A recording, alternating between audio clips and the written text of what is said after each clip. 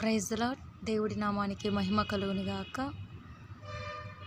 ఈరోజు పాస్టర్ ప్రవీణ్ పగడాల గారి గురించి మాట్లాడాలి అని అనుకున్నాను.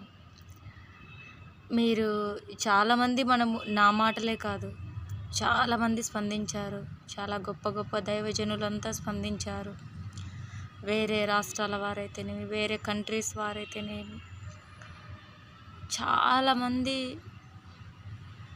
అన్నను గురించి మరి గొప్పగా స్పందిస్తున్నారు.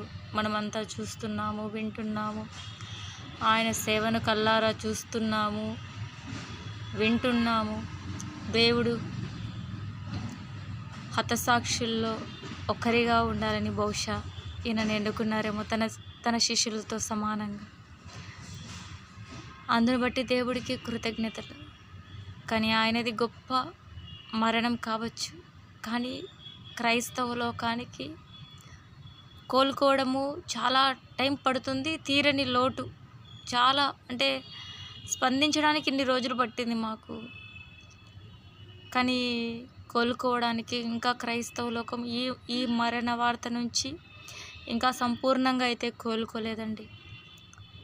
చాలా టైం పడుతుంది. దేవుడు మా అందరికీ శక్తి ఇవ్వాలి. క్రైస్తవ లోకం ముందుకు సాగాలి.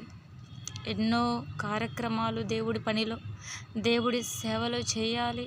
ఎన్నో అవమానాలు, నిందలు సైతము సహిస్తున్నా, భరిస్తున్నా దేవుడి మీద ఒకటే విశ్వాసంతో మనమందరము మరి ముందుకెళ్తున్నాము.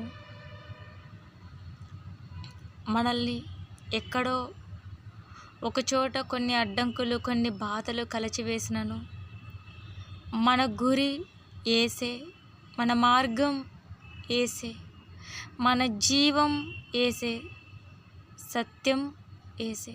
ఆయన మాత్రమే మనకు అన్ని విధాల ఆదరణకర్త అయి ఉన్నాడు. దేవుణ్ణి ఒకటి అడుగుతున్నాను, సంపూర్ణంగా ఇంకా క్రైస్తవ లోకం కోలుకోవాలి.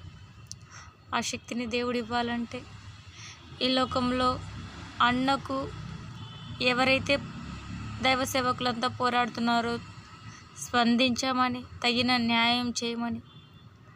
అలాంటి న్యాయం జరుగుతుంది తప్పకుండా. దేవుడు మన పక్షాన న్యాయం చేయువాడు ఆయన మాత్రమే. ఆయన మాత్రమే యథార్థవంతుడు, ప్రభువే నీతిమంతుడు. ఆయనే మనకు నాయకుడు, మనకు రాజు.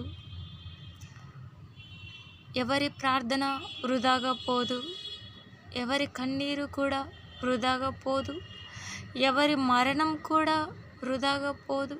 దేవుడి సేవలో, దేవుడి పనిలో బలంగా వాడబడుతున్న వారందరి సేవ ఎప్పటికీ వృధాగా పోదని మనమంతా విశ్వసిస్తున్నాము.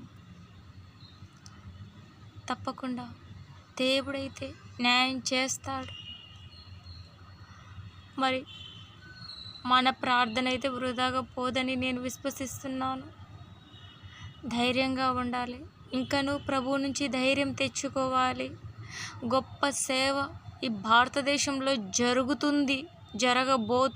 దేవుడు ప్రత్యేకమైన సేవలో ఈ క్రైస్తవ్యాన్ని ప్రత్యేకించి ఒక మార్గంగా, ఒక మార్గదర్శకంగా, ఒక దీవెనకరంగా ఎంతగానో హెచ్చిస్తాడు అని మనం అందరం విశ్వసిద్దాం.